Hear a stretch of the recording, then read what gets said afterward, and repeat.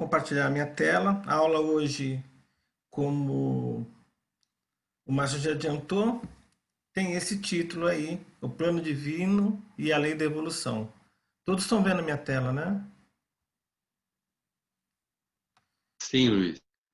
Certo. Então, se alguém quiser fazer alguma pergunta, é só ligar o microfone e perguntar, tá, gente? Então, iniciando, vou seguir mais ou menos a ordem que está no livro Iniciação Espírita, né, na apostila amarela, começando então com as teorias de evolucionismo. Spencer foi um filósofo do século XIX que, em 1862, ele lançou um livro onde ele colocou as bases do evolucionismo, 5 anos após o Kardec ter lançado o Livro dos Espíritos em 1857. Então, 5 anos após, ele lançou, né, esse livro que falava justamente sobre a teoria do evolucionismo e logo após também ele, o Darwin lançou também a sua teoria. Só que a teoria do evolucionismo do Spencer é uma teoria mais geral, aonde ele colocava que tudo na natureza tende do mais simples para o mais complexo, do homogêneo para o heterogêneo. E, o que o Darwin fez foi aplicar esse conceito na biologia, dizendo que a vida, né, ela vai se refinando, vai ficando cada vez mais complexa, se refinando para se adaptar. As melhores adaptações, os melhores refinamentos, os que acabam vencendo a competição da vida. E assim as espécimes, os animais, as plantas, né, todo o reino vegetal e animal evolui. Só que o Spencer, na sua teoria mais genérica, não explica, né, o porquê disso tudo, o porquê teve início esse processo de evolução e qual que é o objetivo dessa evolução e para onde, qual vai ser o final dessa evolução. E Darwin também não explicou, né, na sua teoria, que ficou mais focada na biologia. Bem, contrapondo Spencer e Darwin, nós temos Nietzsche, outro filósofo do século XIX, mais conhecido pelo seu livro Assim Falou Zaratustra, e ele era bastante polêmico, era um ateu, né? Ele era um ateísta, ou seja, não acreditava em Deus, em divino, e ele tinha vários pensamentos bastante fortes que perduram até hoje. Por exemplo, ele tinha o conceito que no homem existe apenas a vontade de mando e de poder que determina seu critério de vida e do que é bom e do que é verdade. Ou seja, para ele, o homem não tinha instinto nenhum de bondade. O que o homem tem é instinto de poder. E, na verdade, a bondade é uma falácia imposta pela sociedade para controlar o exercício do poder. Mas o que o homem quer, né, no seu íntimo, é ter poder, é comandar. Tanto que ele coloca que a piedade opõe-se completamente à lei da evolução e lei da seleção natural. Ou seja, que a piedade, a compaixão, né, a empatia com o próximo, na verdade, atrapalha a evolução, porque o mais forte perde tempo em ajudando o mais fraco. Ele colocava que tudo evolui, né? Mas não há verdades absolutas. E ele tinha uma outra frase bastante complexa, não, bastante contestada, né? Principalmente pelos teólogos, que dizia que Deus está morto. Não ouvimos o barulho no coveiro a enterrar Deus, não sentimos o cheiro da putrefação divina, também os deuses apodrecem. Deus está morto, Deus continua morto e nós o matamos. No livro Gaia Ciência. Ou seja, ele viveu bem na época do positivismo, né, onde muitos acreditavam que tudo que tinha para ser compreendido, descoberto pela ciência já tinha acontecido, final do século XIX. Então, ainda não tinha teoria da relatividade, mecânica quântica, isso foi no início do século XX. E houve um período lá de mais ou menos 30 anos que é onde o homem subiu-se, né, num pedestal de orgulho e o homem achava que, que não tinha mais nada para ser entendido. Né? E se o que faltava era a questão de tempo ia ser. Então, na verdade, o Nietzsche acreditava que a evolução acontecia pelo mais forte e o final desse processo era o super-homem. O homem ser uma espécie de Deus com poder para tudo. Mas, na visão de um ateu, isso é até compreensível. Agora, é possível um homem inteligente como Nietzsche, que filósofo com vários livros na época viraram best-seller. Assim falou Zaratustra, foi lançado em 1885, foi um dos livros mais lidos no século XIX, início do século XX. Não enxergar, não sentir, não perceber Deus. Bem, eu estou colocando nesse slide um outro filósofo bastante conhecido, né, principalmente na matemática, que ele era um matemático também daqueles de encher os olhos, Blaise Pascal. Ele fez um resumo num quadro que, pela lógica, é melhor nós acreditarmos que Deus existe. Então ele coloca numa coluna, né, a aposta. Eu acredito ou eu não acredito. Eu acredito no divino, num Deus, ou eu não acredito num divino em um Deus. Bem, se eu acreditar e Deus existir, eu ganho infinitamente, porque eu acreditei num Deus e vivi de acordo com os preceitos desse Deus, e a minha perda vai ser mínima, porque o que eu vou perder vai ser de me policiar, me disciplinar e viver em acordo com essa fé, com essa crença. Mas eu vou ganhar mais que perder, porque eu vou perder só uma existência e vou perder mais por não ter a liberdade que eu gostaria de ter, por ter que me disciplinar de acordo com os preceitos daquele Deus. Agora, se eu acreditar e esse Deus não existir, né, a minha perda vai ser infinita. Eu não vou ganhar nada porque eu perdi a aposta. Né? Eu acreditava e Deus não existe. Então eu perdi a aposta, mas a minha perda vai ser finita. Né? Eu só perdi uma existência, né, me disciplinando à toa. Agora, se eu não acreditar e Deus existir, ou seja, a minha aposta é eu não acredito, eu sou ateu, mas Deus existe, o meu ganho vai ser finito, porque o que eu vou ganhar vai ser a liberdade de uma vida, de viver como eu quero, mas eu vou perder, vou ter uma perda infinita que é a eternidade, porque eu não acreditei no Deus, eu não vivi em acordo com os preceitos daquele divino. Se eu não acreditar e Deus realmente não existir, o meu ganho vai ser finito, porque eu vou ganhar de novo uma existência. Né? Eu realmente ganhei a aposta, mas o que eu ganhei? Ganhei só a liberdade de uma existência. Então, de acordo com essa lógica, melhor acreditar que Deus existe. Porque se eu tiver certo, Deus existir, eu tenho um ganho infinito e uma perda mínima. Qualquer uma das outras três opções, né, eu ou vou ter uma perda finita, ou um ganho finito, ou eu vou perder de maneira infinita. Então é melhor, né, pela lógica, eu ficar com ganho infinito e menos perda. Ou seja, eu apostar, eu acredito que Deus existe. Alguém não entendeu essa lógica de Pascal? Vou continuar. Aqui eu coloquei, né, um outro quadro, já um quadro mais moderno, que também coloca de uma outra forma o pensamento de Pascal, né, na forma de um poema. Quem decide ser ateu é no mínimo engraçado. Não ganha nada se estiver certo, mas perde tudo se estiver errado. É um resumo do quadro anterior, né? Se estiver certo, né, se dá bem. Mas se estiver errado, perde tudo, né?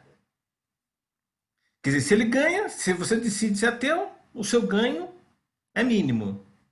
Mas se você estiver errado, você perdeu tudo.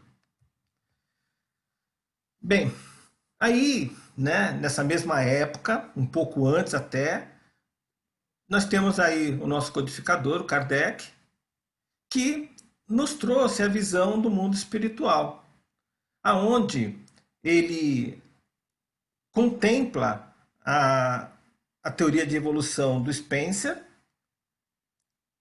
a do Darwin também, mas ele explica o porquê da evolução, qual o objetivo, qual é o plano de Deus para nós, quer dizer, então, o porquê da evolução e qual, né, é o objetivo disso, né, como essa evolução vai terminar. Tomás de Aquino, né, nos diz que para conhecer uma árvore basta conhecermos o fruto. Kardec faz um pouco mais, nós precisamos conhecer profundamente as causas para nós entendermos realmente o fruto, os efeitos. E aí é que vem a importância do estudo das leis universais, que vocês estão começando a ver, as próximas aulas vão entrar em detalhes disso, da importância das leis universais. Por quê? Como elas têm origem divina, elas são perfeitas, eternas, imutáveis e regem todos os fenômenos naturais, mas também os espirituais. A gente tem que entender que Deus, o nosso Pai, esse divino que nos envolve, ele não é um relojoeiro cego. Ele não criou o universo e abandonou, né? Criou o universo, as suas leis e abandonou. Não. Ele, esse divino que a gente não consegue descrever porque foge à nossa compreensão, ou seja, de acordo com o livro dos Espíritos, de acordo com a nossa doutrina, o divino que nós acreditamos não é um divino antropomórfico. Ou seja, é um divino que não tem as características humanas. Que nós temos uma tendência muito grande a colocar características humanas no divino.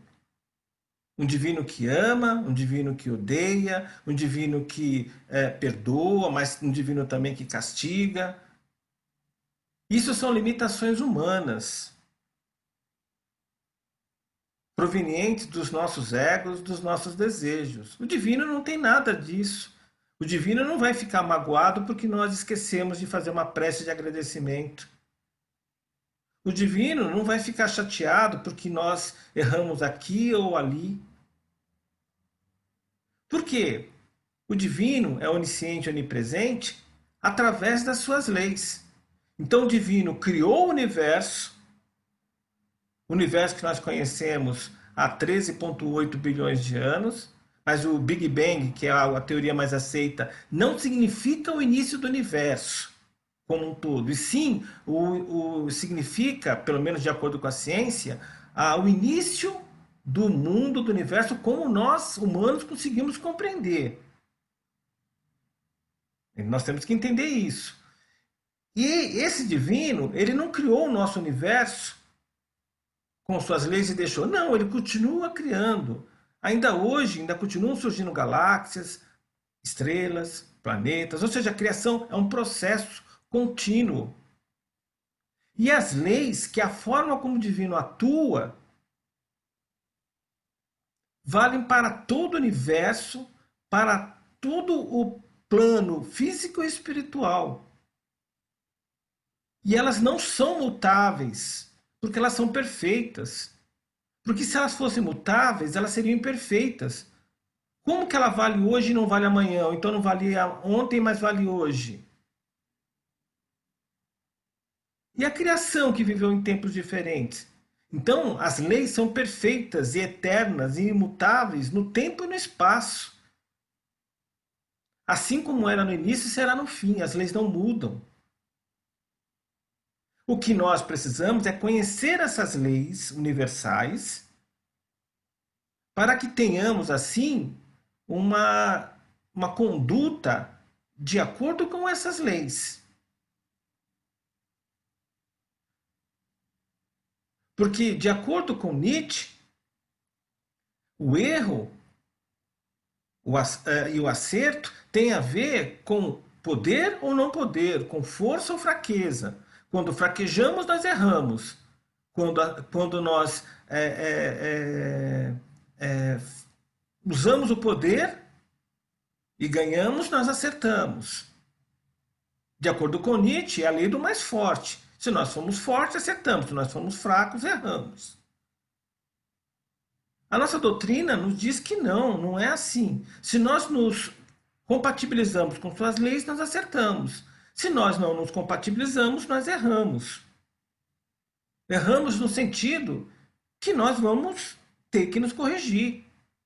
E à medida que nós vamos ampliando a nossa consciência e conhecendo essas leis, que como Kardec coloca, traz na doutrina, essas leis estão no nosso inconsciente, e à medida que nós vamos caminhando, evoluindo, essas leis vão ficando cada vez mais transparentes para nós. Então, à medida que a nossa consciência dessas leis cresce com o tempo, nós fica mais fácil nos alinharmos e assim erramos menos. Quando nós conhecermos todas essas suas leis e as vivenciarmos no nosso viver, nós estaremos em sintonia com o divino, nós estaremos no reino de Deus, porque estaremos em ressonância com o Pai o tempo todo. E é esse o segredo, que se opõe completamente ao que Nietzsche pensava. Aqui eu trouxe, nesse slide, uma frase de Cícero, que foi um político, filósofo, historiador romano. Sejamos escravos da lei para sermos livres. Ele usou em outro contexto essa frase. Ele usou no contexto que as leis, na verdade, é uma forma de controlar a sociedade para que seus cidadãos possam exercer a sua liberdade, aonde a sua liberdade termina onde começa a liberdade do outro. Mas para evitar que, que indivíduos interfiram na liberdade do outro, então se coloca-se as leis humanas. Só que aqui nós estamos falando de leis divinas, universais. Então nós precisamos ser escravos dela no sentido que precisamos nos alinharmos, viver em acordo, para viver de maneira livre, caminhar de maneira solta, livre, em direção ao reino de Deus de maneira mais reta. Evoluir é seguir um caminho em direção a Deus, guiado pelas leis universais. É esse o ponto. Por isso que precisamos conhecer essas leis com detalhes. A marcha para a evolução é uma coisa mais ou menos que automática para o espírito, desde a manifestação inicial da mônada, desde o início da centelha divina. Então, quando Deus se manifesta através do seu hálito, criando a mônada, o hálito divino, está em estado puro, ignorante, no sentido de não ter consciência do que lhe cerca e muito menos de si própria. Ou seja, no início a mônada não tem consciência nem da sua existência.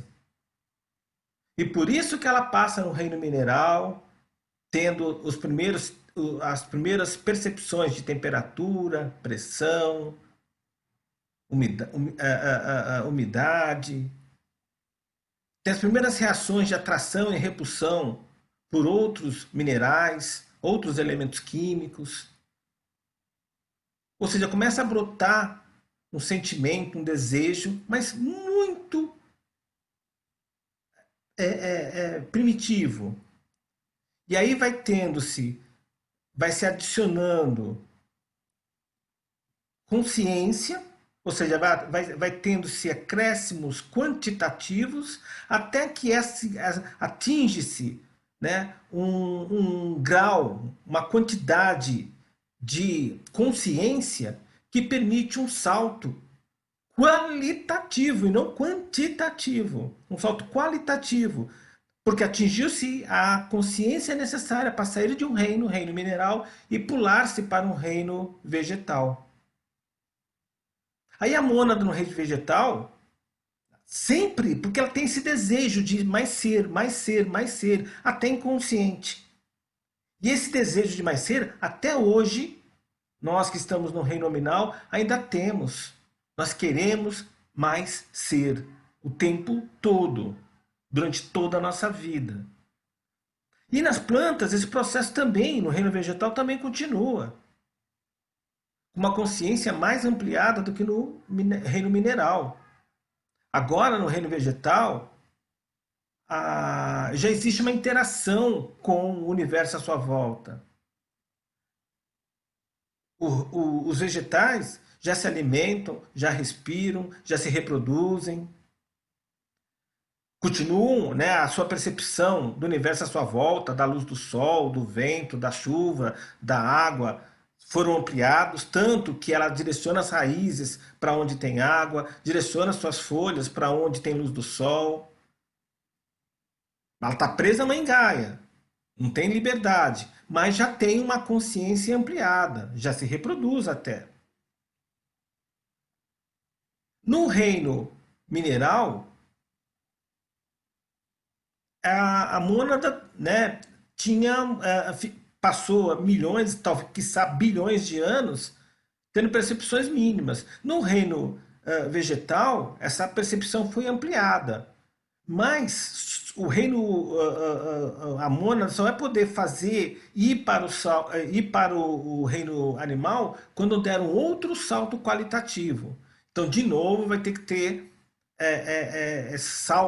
uma quantidade acumulada, né? Vai ter que ter uma soma quantitativa de consciência para poder dar um salto qualitativo para o outro reino. E assim se sucede do vegetal para o animal e do animal depois para o hominal. Existem somas, adições quantitativas de consciência. Quando atinge-se um valor crítico, dá-se então-se um salto qualitativo. Só que todo esse processo da mônada é automático, porque a lei da evolução é a mônada procurando, encarnando nos diversos reinos, procurando retornar, ampliar a consciência para retornar ao Pai, retornar à sua origem. E ela, nesse processo todo, exige trabalho. A mônada precisa se esforçar, ela precisa gastar energia para conseguir evoluir. Até hoje é assim. Nós, espíritos encarnados no reino nominal, nós ainda continuamos movidos pela lei da evolução, querendo mais ser. Mas nós temos que nos esforçar, porque a lei do trabalho exige isso. Para que possamos, o mais rápido possível, ter esses incrementos conscienciacionais, ou seja, adições de consciência, ampliação de consciência de maneira gradativa, para que possamos dar um salto qualitativo para o mundo angelical, para o reino angelical. E não mais precisar encarnar nesse plano físico, encarnar só do astral para cima.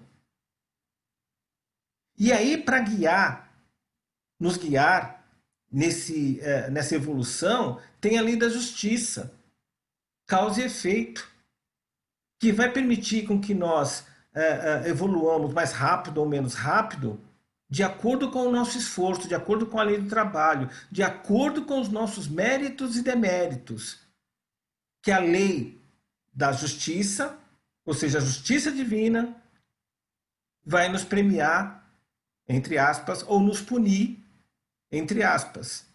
Eu estou colocando entre premiar e punir entre aspas, porque na verdade somos nós mesmos que nos premiamos evoluindo mais rápido, ou nos punimos evoluindo menos rápido.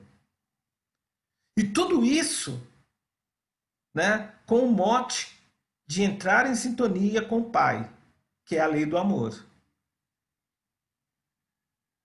que nos guia desde o início, né, desde a primeira centelha até a ressonância com o Pai, até o reino de Deus. Essa marcha da evolução, então, é contínua, o tempo todo atuando.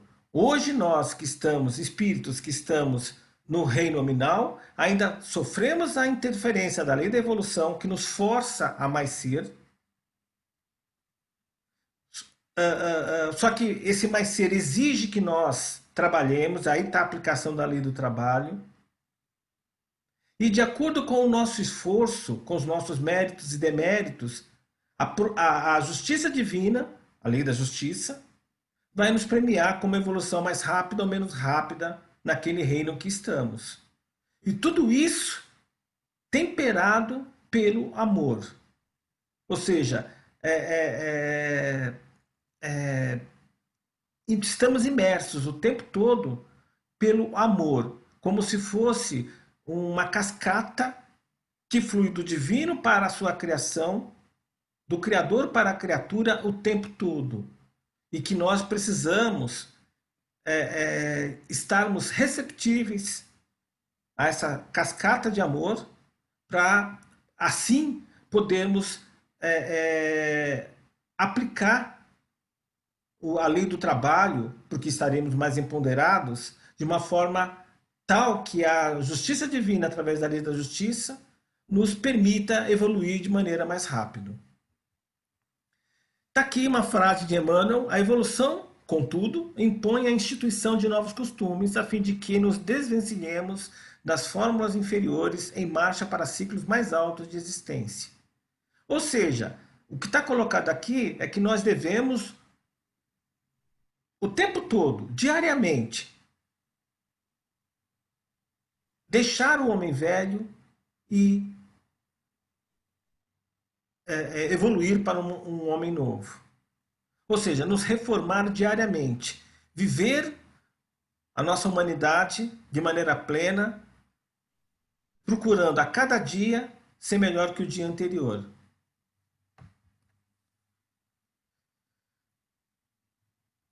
A nossa doutrina, então, nos permite entender a evolução que ocorre em todos os setores da compreensão humana. Ela complementa as teorias de evolução, porque ela nos diz como foi o início, qual é o motivo dessa evolução e como podemos evoluir de uma maneira melhor. E ela se aplica a todo e amplo conhecimento humano, em todas as áreas. Então, o tempo todo é isso: evolução, evolução, evolução. Só que alternado por revoluções. Então, nós evoluímos no mineral, como mônadas, espíritos encarnados no reino mineral. Fizemos uma revolução e passamos para o reino vegetal. Evoluímos no reino vegetal, ganhando consciência. Fizemos uma outra revolução quando atingimos a quantidade de consciência necessária para aí, né, nessa revolução, passarmos para o reino animal. De novo, evoluímos no reino animal. E quando a nossa consciência atingiu o nível adequado, fizemos uma nova revolução e estamos no reino nominal. Evoluindo ainda, é o tempo todo assim, para que possamos, no futuro, fazer uma outra revolução e passarmos para o reino angelical, aonde não precisamos mais encarnar nessa matéria mais densa. Nós vamos continuar evoluindo, mas em esferas menos densas, do astral, né, do plano astral em diante. Eu coloquei nesse slide a questão da evolução. Como nós aprendemos a nossa doutrina O espírito não evolui, ele só evolui. Ele não regride, ele sempre avança no processo. E por que eu coloquei evolução? Porque existe a evolução na forma. Então o espírito, quando ele fica muito tempo sem luz, ou seja, ele evolui na sombra, no poder, ele se preocupa em evoluir em poder e não em ser, ou seja, ele exercita o lado negro da força, então Star Wars não está muito errado. Como ele fica muito fora da luz, ele começa a definhar a sua forma, ele não consegue manter a forma do seu perispírito. E o seu perispírito, por falta de luz, por falta de energia, vai se deteriorando, vai perdendo o formato que o espírito quer plasmar. Porque é assim, quando nós vamos para o astral, nós plasmamos a forma que nós conhecemos. Então, num primeiro momento, quando fazemos a passagem definitiva, porque a nossa máquina biológica, o nosso corpo humano, não conseguimos mais controlar porque o nível de energia vital baixou do nível crítico, então aí o cordão de prata se rompe e o espírito não consegue mais se manifestar nesse plano, ele só se manifesta do astral para cima, do plano astral para cima. Só que no astral, a primeira forma que ele assume é a forma, por causa é o que ele lembra, é a última forma que tinha o corpo físico dele no plano físico. Então, se ele fez a passagem como criança, ele vai se plasmar como criança. Se ele fez uma passagem como um idoso, ele vai se plasmar como um idoso. E assim por diante, como homem, como mulher. Porque é a forma que ele lembra. Isso acontece com todos nós. Ele plasma imediatamente, ou seja, ele plastifica um corpo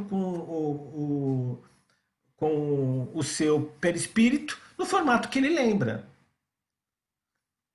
Luiz, Oi. só uma coisa, só um pequeno break aí para que se alguém tiver alguma colocação, algum entendimento aí, aproveitar para fazer, para a gente não fazer uma fala seguida, né? Alguém, Fique à pessoal, vontade, tem gente. alguma colocação para fazer, alguma coisa do que foi falado aí dessa lei do amor, que é a lei mestra de todas as outras? Eu ainda vou voltar a falar sobre isso, porque justamente a conclusão da aula é falar sobre a lei do amor, né? Onde leva tudo isso. Mas é importante que a gente entenda, então, que nós precisamos evoluir no ser e não no ter, não no poder. E quando o espírito está muito preso a querer ter, a querer ter poder, tanto a pessoas como a matéria, quando ele faz a passagem, ele continua com essa intenção. Então ele fica na sombra, sem energia, e aí ele começa a evoluir, perdendo o seu perispírito, tendendo a voltar à forma otimizada de energia, que é uma esfera. Por isso, existe aí a história da segunda morte. A segunda morte, na verdade, não é a perda do perispírito como alguns entendem, porque o perispírito só é perdido quando nós. Porque o perispírito é que forma o corpo espiritual. Então só perdemos o perispírito quando nós não precisamos mais encarnar no astral, nem no mental inferior, nem no mental superior. Ou seja, nós já estamos no plano nirvânico para cima. Aí não precisamos mais do perispírito. Mas nos planos inferiores, a gente precisa do perispírito para se manifestar. O que acontece então não é a perda do perispírito, é a perda do controle da forma. Então a segunda morte, né, quando o espírito, por falta de luz, ele acaba assumindo uma forma esférica. Porque é a forma otimizada de você conter a energia. Porque ele não consegue, o espírito não consegue usar o seu perispírito e plasmar a forma que ele lembra. Só que existe a figura dos dragões, dos magos negros, que são espíritos muito evoluídos intelectualmente, pouco moralmente. Então são espíritos poderosos no sentido que eles comandam muito outros espíritos, no sentido que se faz de fazer escravos, porque eles usam esses espíritos que são seus escravos, que têm dívidas com eles, para roubar energia e eles poderem plasmar a forma que eles quiserem. Eu vou só dar uma, só vou apresentar depois, quem quiser depois procure mais informação sobre isso, mas como os dragões vivem muito tempo na luz, se eles não tiverem, eles não têm energia para plasmar o que eles querem. E eles são tão poderosos por serem espíritos muito antigos, com muito saber intelectual, eles conseguem plasmar qualquer encarnação deles. Não é todo espírito que consegue plasmar qualquer encarnação. Normalmente só os menos evoluídos intelectualmente só plasmam a última. E à medida que o espírito vai ficando mais evoluído, ele vai conseguindo plasmar outras formas, inclusive encarnações passadas. Ou até qualquer outra forma, porque ele domina a matéria do astral de tal forma que ele plasma qualquer coisa que ele queira. Monstros, o que ele queira. Os dragões, os magos negros, têm esse conhecimento de como plasmar, né, com a matéria do astral, só que eles precisam de energia. Como eles estão na sombra, não recebem luz divina, eles usam a energia de outros espíritos que eles escravizam. Espíritos desencarnados, mas também espíritos encarnados, que vão ficar com débitos e por causa da sua consciência, quando fizerem a passagem, é mais fácil ser resgatado pelos dragões do que pelos bons espíritos. Então, isso é bastante importante que entendamos que o que acontece é uma evolução na forma e não do espírito. O espírito não evolui, não retrocede. E a segunda morte, né, na verdade,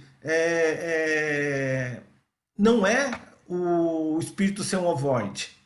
A segunda morte acontece quando ele deixa de precisar de encarnar no astral.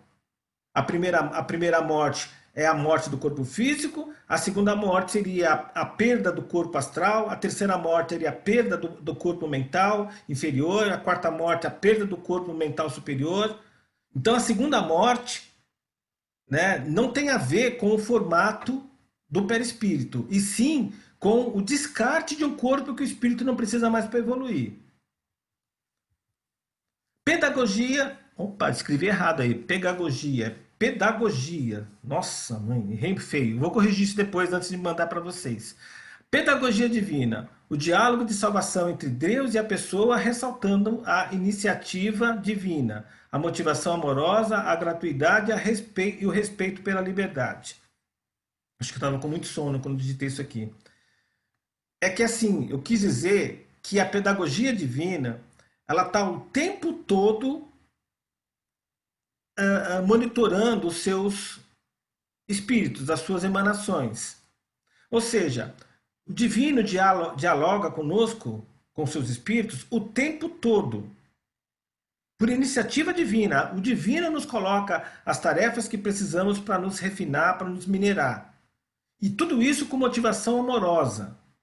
Não é por castigo, é porque precisamos. E a gratuidade e o respeito pela liberdade está o tempo todo inserido nesse processo evolutivo. Ou seja, o livre-arbítrio e a gratuidade com que nós recebemos as nossas benéfices, de acordo com os nossos méritos, é o tempo todo disponível. Nós é que podemos usar mal a nossa liberdade e, com isso, não temos a gratuidade dos benefícios da sintonia com o divino, do amor divino. A bênção do esquecimento. Então, o esquecimento não é um castigo, é uma bênção do divino para que possamos evoluir mais rápido. Então, temos que tomar muito cuidado com esses processos de cura baseados em relembrar, baseados em retrocessos por diversas técnicas para que nós possamos lembrar de fatos de vidas passadas. Então tem que ser realmente um médium, um profissional, um terapeuta com muita experiência para que nós não voltemos no processo pior do que entremos. Porque o relembrar de fatos de outra vida tem uma grande possibilidade de ser mais nefasto do que benéfico para a nossa atual encarnação. Então, realmente, e hoje tem vários lugares aí onde se trabalha esse tipo de técnica. Então, o esquecimento é uma bênção, é o normal, é o natural, justamente para que possamos evoluir de uma maneira mais rápida. O homem evoluído, ele tem essas características aí. Ele é perseverante, ou seja, ele não desiste fácil, ele é bondoso, né? Ele é uma pessoa de bem, é um ser humano do bem o tempo todo. Ele é alegre, feliz, ele é otimista, não reclama dos processos, dos obstáculos que a vida lhe coloca, porque, como eu costumo falar, viver dói, é normal. O sofrimento que é opção, o sofrimento é a dor prolongada, mas a dor existe. Ficar em pé demais dói, dormir demais dói, ficar sentado demais na televisão dói, cansa, gasta energia. Viver dói. Agora, o sofrimento é quando nós estendemos essa dor mais do que o necessário. Humildade, outro segredo, né? Para nós equilibrarmos o orgulho e a vaidade em nós, que tem a ver com o amor próprio, que o Márcio lembrou no início aí da aula. Nós precisamos nos amar. Como podemos amar o nosso próximo e amar o divino se não nos amamos? Mas se nós nos amamos demais, nós tendemos a nos tornar orgulhosos demais. E se nós nos amamos de menos, nós tendemos a nos tornar vaidosos demais. Nós temos que ser vaidosos, nós temos que ser orgulhosos, mas em equilíbrio. E a humildade é o segredo para isso.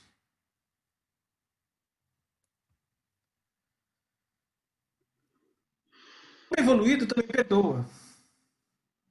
Quando você não perdoa, você acaba ficando prisioneiro de quem você não perdoou.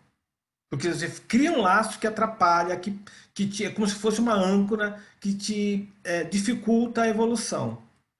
E o perdoar é simplesmente você praticar o amor, praticar a caridade. Na questão 886 do Livro dos Espíritos, Kardec nos diz o que devemos fazer para praticar a caridade. Caridade, numa tradução livre, porque vem da palavra caritas, é amor na prática. Porque o Paulo, que foi o primeiro a usar essa palavra, nos evangelhos não se usa a palavra caridade. Isso é colocado nas suas epístolas, a palavra caridade. Mas a caridade, né, na verdade, Paulo não escreveu caridade. Paulo escreveu uma palavra em grego, que significa amor na prática. Só que os gregos têm tem 9 expressões, palavras diferentes para fazer referência a amor. Quando foram traduzir para o latim, do grego para o latim, né, as cartas, as epístolas de Paulo e os Atos dos Apóstolos, os romanos tiveram que fazer adaptações para a palavra amor. E em latim só tem amore, né, e caritas. Então, às vezes eles traduziam como amore e às vezes eles traduziam como caritas, dependendo do contexto. Nós, quando versamos para o português, criamos a palavra caridade, que nem essa palavra nem é originária, não existe no português original. Caridade, então, é amor na prática. E Kardec nos coloca lá o que devemos fazer para fazer, né, colocar o amor na prática, praticar a caridade. Ser benevolentes, que é o amor incondicional, a prática do amor incondicional. Ser indulgente, que é respeitar os limites do nosso próximo, ser tolerante e paciente com o nosso próximo e praticar o perdão. Tá lá. Só dá uma lida lá na questão 886. Prática do perdão tem a ver com prática de amor, com caridade. O homem evoluído pratica o desapego, ou seja, ele não se prende à matéria e nem a pessoas. Ele não fica ancorado. Isso não significa que não devemos amar o nosso próximo. Não, devemos amar da maneira incondicional. Mas não devemos é, é, nos prender, por causa desse amor, às pessoas. Ou seja, deixar com que a nossa felicidade fique refém de pessoas. E mesma coisa com a matéria. Não é que não podemos ter carro, ter casa. Podemos, não podemos ficar refém disso. Ou seja, deixar com que a nossa felicidade dependa de matéria. O homem evoluído não tem apego. Isso não significa que ele não ame. Não, ele ama de maneira incondicional. O homem evoluído tem a sensibilidade do amor. O amor, existem os amores maiores e os amores menores. Por isso que os gregos têm 9 palavras diferentes para falar de amor. O amor menor, ele precisa de aliança, porque é um amor que você recebe de outro e depois você doa. Os gregos chamam de gostar. Os amores menores são gostar. Então eu gosto do outro se ele gostar de mim primeiro. Se ele não gostar de mim, então eu também não vou gostar dele. Ou seja, eu só gosto do outro enquanto ele me der prazer, enquanto ele for agradável para conversar, enquanto ele for agradável para dançar, enquanto o outro me trouxer alguma coisa, algum benefício material ou social. Aí eu gosto dele. Mas ele tem que me dar o gostar primeiro, o amor primeiro. Aí eu gosto dele. Os amores maiores são amores incondicionais. Não precisa da aliança. Eu dou independente se o outro vai me devolver ou não. Começa em mim o processo. O que Jesus nos diz, ame a Deus sobre todas as coisas e ame ao próximo como a nós mesmos, é amar de maneira maior, é amar de maneira incondicional. É difícil, como o Márcio lembrou no início. Como que eu vou amar o criminoso? Como que eu vou amar a pessoa de má índole? Mas o que Jesus está pedindo aí é para que nós amássemos o próximo, e não que nós gostássemos do próximo. Eu posso amar o criminoso, a pessoa de má índole, e não gostar dela, não gostar dos seus atos, dos seus pensamentos. O crime tem que ser punido. A pessoa de má índole, a pessoa criminosa, tem que ser afastada da sociedade para proteger a sociedade e tem que ser reeducada. Ou pelo menos tentar se reeducar. Isso é amor. Não podemos emitir nenhum sentimento de ódio, de raiva, de rancor, de mágoa. E aí é que está o amor incondicional. Amar ao próximo como a nós mesmos. E eu só consigo amar o divino verdadeiramente se eu me amar primeiro, o amor próprio. Aí a importância da humildade, para não me amar muito nem amar de menos, amar em equilíbrio, com orgulho e vaidade em equilíbrio. A humildade é importante para isso. Então eu tenho que me amar para poder amar o meu próximo de maneira incondicional e, com isso, amar o divino. Porque como o divino está manifesto em tudo, no meu próximo inclusive, eu não posso amar o divino se eu não amar o meu próximo. Não faz sentido. Como eu posso falar que eu amo a Deus se eu não amo o meu próximo? Se o meu próximo, se cada próximo que está próximo a mim ou distante de mim, todos os animais, vegetais, enfim, o universo à minha volta tem Deus manifesto, eu tenho que amar o universo, tenho que amar os animais, tenho que amar as plantas, tenho que amar o meu próximo. Tem Deus manifesto ali, tem uma mônada ali evoluindo. Então, portanto, a gente caminha o tempo todo, né? Da esquerda para a direita. Então eu coloco ali da ignorância para a sabedoria, da dúvida para a certeza, é o tempo todo evoluindo da coluna da esquerda para a coluna da direita. Conhecimento necessário para nós evoluirmos de maneira mais rápida, de maneira mais reta ao reino de Deus. Saber da existência, sobrevivência e vida do espírito após a morte. Entender o princípio da reencarnação como forma de burilar, né, de refinar o nosso espírito. Conhecer e se manter em sintonia com as leis universais para não se perder, não errar o caminho. E ter autoconhecimento para reformar-se. E aí vem a importância da reforma íntima e vibrar amor incondicional o maior tempo possível. Ser benevolente. Como ser benevolente o tempo Luiz, todo é muito difícil para nós? Oi, eu estou com você, Luiz, está eu estourando. acho que a Edinalva quer fazer uma pergunta. Oi, Edinaldo, pode falar. Não, já foi esclarecido, Luiz.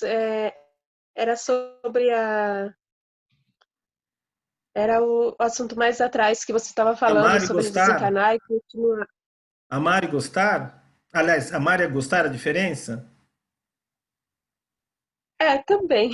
Esse eu fiquei um pouco confusa.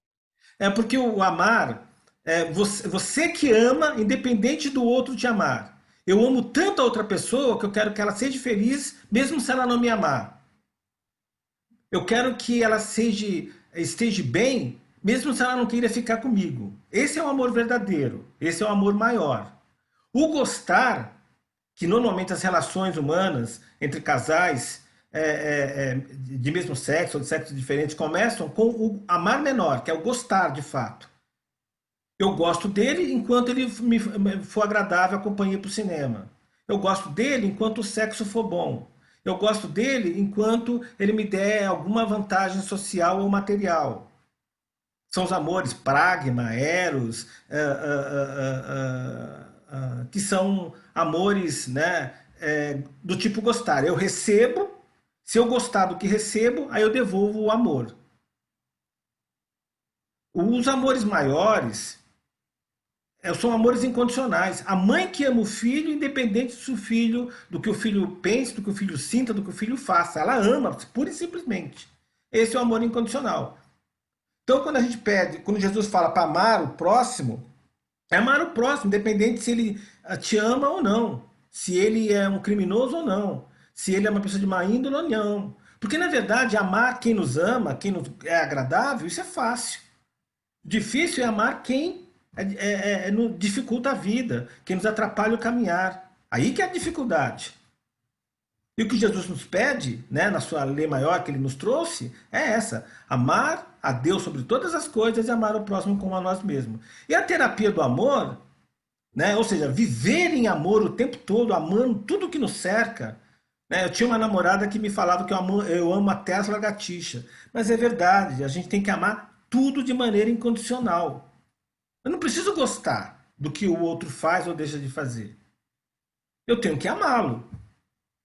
O amor nos empodera, nos enche de energia, nos faz reconhecer o divino numa plantinha, num gatinho. Porque ali a gente sabe que tem uma mônada ali, um espírito encarnado no gatinho, na plantinha, que está evoluindo. Nós já passamos por esses estágios. Nós somos espíritos que fomos emanados do divino, manifestos do divino, antes. E por isso estamos no renominal.